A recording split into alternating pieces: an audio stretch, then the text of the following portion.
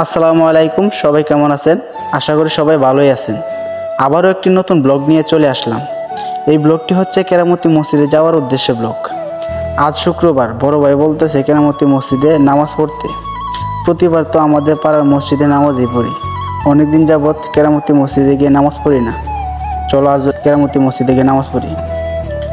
সময়ের কারণে অনেক সময় নামাজ পড়তে পারি না। হঠাৎ আজ কোনো কিছু না ভেবে মোটরসাইকেল নিয়ে কেরামতি মসজিদের উদ্দেশ্যে রওনা দিয়ে দিলাম নামাজ পড়তে।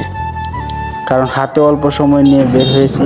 আমি তাড়াহুড়া করে মোটরসাইকেল চালাচ্ছিলাম, তখন জাহাঙ্গীর ভাই আমাকে বলল, হৃদয় তুমি আস্তে দিনে মোটরসাইকেল চালাও, নয়তো বা অ্যাক্সিডেন্ট করতে পারো, কারণ জানো ভালো কাজে বিপদ বেশি থাকে। তখন আমি জাহাঙ্গীর ভাইকে বললাম, কথাটা আসলে সঠিক বলছো, কারণ যখন ভালো কাজ করতে যাবেন তখন সেই কাজে বাধা অতিক্রম বেশি আসবে। কেরামতি মসজিদের রাস্তায় যখন এসে দেখি অনেক মুসল্লিরা কেরামতি মসজিদে নামাজ পড়ার জন্য যাচ্ছে। এসে দেখি অনেক মানুষের ভিড় কেরামতি মসজিদের রাস্তার এখানে। রাস্তাটা অনেক চিপা ছিল, এক পাশ দিয়ে গেলে আরেক পাশ দিয়ে যাওয়ার কোনো ভাও থাকে না। তখন কেরামতি মসজিদের গেটে এসে দেখি অনেক মানুষের ভিড়। আমি এদিক ওদিক না তাকিয়ে মাঠে এসে দাঁড়ালাম। এসে দেখি অনেক মানুষ নামাজ পড়ার জন্য উজু করছে। তখন আমরা দুই ভাই নামাজ পড়ে বের হলাম। বের হয়ে দেখি অনেক মানুষ তাবারক নেওয়ার জন্য লাইনে দাঁড়িয়েছে। আমার পেটে ছিল প্রচণ্ড খিদে।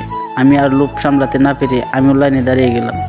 লাইনে দাঁড়িয়ে আমি একটা মিষ্টি নিয়ে আসলাম। মিষ্টি নিয়ে একা একা খাচ্ছি। তখন ভাইকে ডাক দিয়ে বললাম, ভাই তুমি কি মিষ্টি পাইছো? ভাই বলল, আমি কোনো মিষ্টি পাই নাই।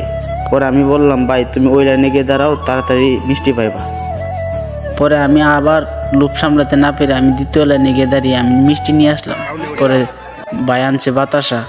পরে ভাই বলতেছে, তুমি তো মিষ্টি আনছো, আমাকে একটু মিষ্টি দাও, দুই ভাই ভাগাভাগি করে খাই।